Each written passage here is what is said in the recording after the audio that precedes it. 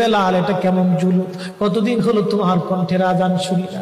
বেলাল রে, তোর কি মন চায় না আমি নবীর জিয়ারতে আসতে? বেলাল আয়, আমি নবীর জিয়ারতে আয় রে বেলাল আয়, কতদিন হলো তোমার কণ্ঠের আজান শুনি না।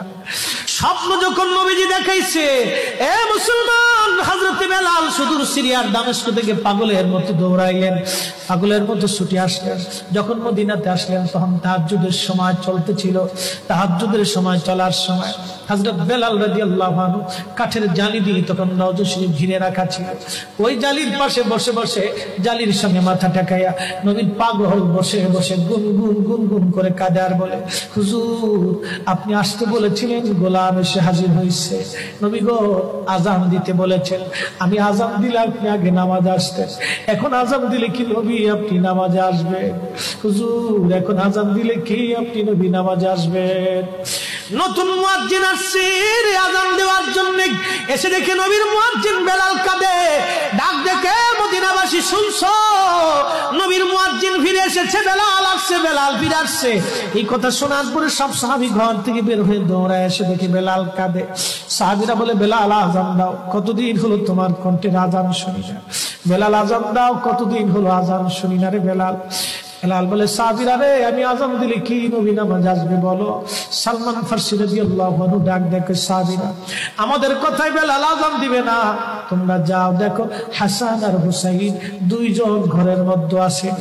ইমাম হাসান হুসাইন রাদিয়াল্লাহু আনহুমারা যদি বলে তাহলে বেলাল অবশ্যই আজান দিবে। সালমান ফারসির পরামর্শে সাহাবীরা দৌড়ায় গেলেন।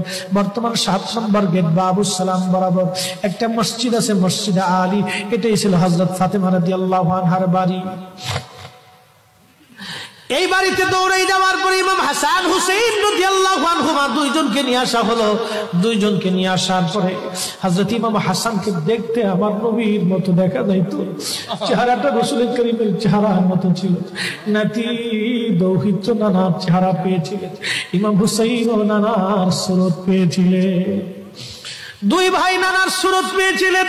হযরত বেলাল রওজা শরীফ থেকে উঠে হযরতে হাসানের বুকের মধ্যে মাথা ঠেকায় কাঁদতেছে, ইমাম হুসাইনের বুকের মধ্যে মাথা ঠেকায় কাঁদে। হযরত ইমাম হাসান ডাক দেখে, নানার মুয়াজ্জিন, কতদিন হলো তোমার কণ্ঠে আযান শুনি না। যেই কণ্ঠ দিয়ে নানার আযান শুনাইতা, যাও গো ওই কণ্ঠ দিয়ে আমাদেরকেও আযান শোনাইয়া যাও। যখন হযরত বেলাল ইমাম হাসান এই কথা বললেন, হযরত বেলাল দৌড়ায় গেলেন। যেই বনু নাজ্জার গোত্রের মহিলা সাহাবীর ছাদের উপরে দাঁড়ায় বেলাল আযান দিত। আবু দাউদের 519 নম্বর হাদিসের মধ্যে আসছে, প্রত্যেক ফজরের নামাজের শুভেচ্ছা আদিকের আগে বেলাল দাঁড়াইতেন। দাঁড়ায় আযানের আগে বলতেন, আল্লাহুম্মা ইন্নী আহমাদুকা ওয়া নাস্তাঈনুকা আলা কুরাইশিন ইউকিমুদ্দীনাক। প্রত্যেক ফজরের আযানের আগে এই দোয়াটা পড়ে বেলাল আযান শুরু করতেন। হযরত বেলাল রাদিয়াল্লাহু আনহু আজকে তাহাজ্জুদের আযান দিতে গেছে। আযান দিতে যাওয়ার পরে হযরত বেলাল যখন আযান দিলেন, আল্লাহু আকবার, আল্লাহু আকবার, আযানের মধুর ধ্বনি সারা মদিনার রন্দে রন্দে ছড়িয়ে গেল। মদিনার ঘর থেকে সব সাহাবী বের হয়ে দৌড় মারছে। আবার যখন বলেন আল্লাহু আকবার, আল্লাহু আকবার, সব সাহাবী, মহিলা, বৃদ্ধ, বনিতা ঘর থেকে বের হয়ে দৌড় মারছে। যখন বলল আশহাদু আল্লা ইলাহা ইল্লাল্লাহ, মদিনার ঘর থেকে সব মহিলারা ঘর থেকে বের হয়ে দৌড় মারছে রে, আর কান্না করে নবী বুঝি ফিরে আসছে রে। আবার যখন বলেন আশহাদু আল্লা ইলাহা ইল্লাল্লাহ, তখন মদিনার মানুষ কান্না করতেছিল, গুন গুন গুন গুন করে কান্না করে। মদিনার ভিতরে আওয়াজ বের হয়ে গেল, নবী বুঝি আসছে রে, নবী বুঝি ফিরে আসছে রে, নবী বুঝি ফিরে আসছে রে, নবী বুঝি আসছে। হযরত বেলাল যখন বলেন আশহাদু আন্না মুহাম্মাদুর রাসূলুল্লাহ, মদিনার মাটিগুলি থরথর থরথর করে কেঁপে উঠছে রে। মদিনার মানুষের কান্না বেড়ে গেল। হযরত বেলাল অজ্ঞান হয়ে জমিনের মধ্যে পড়ে গেলেন, তিনি বেহুশ, নবীর আশিক বেহুশ হয়ে গেলেন।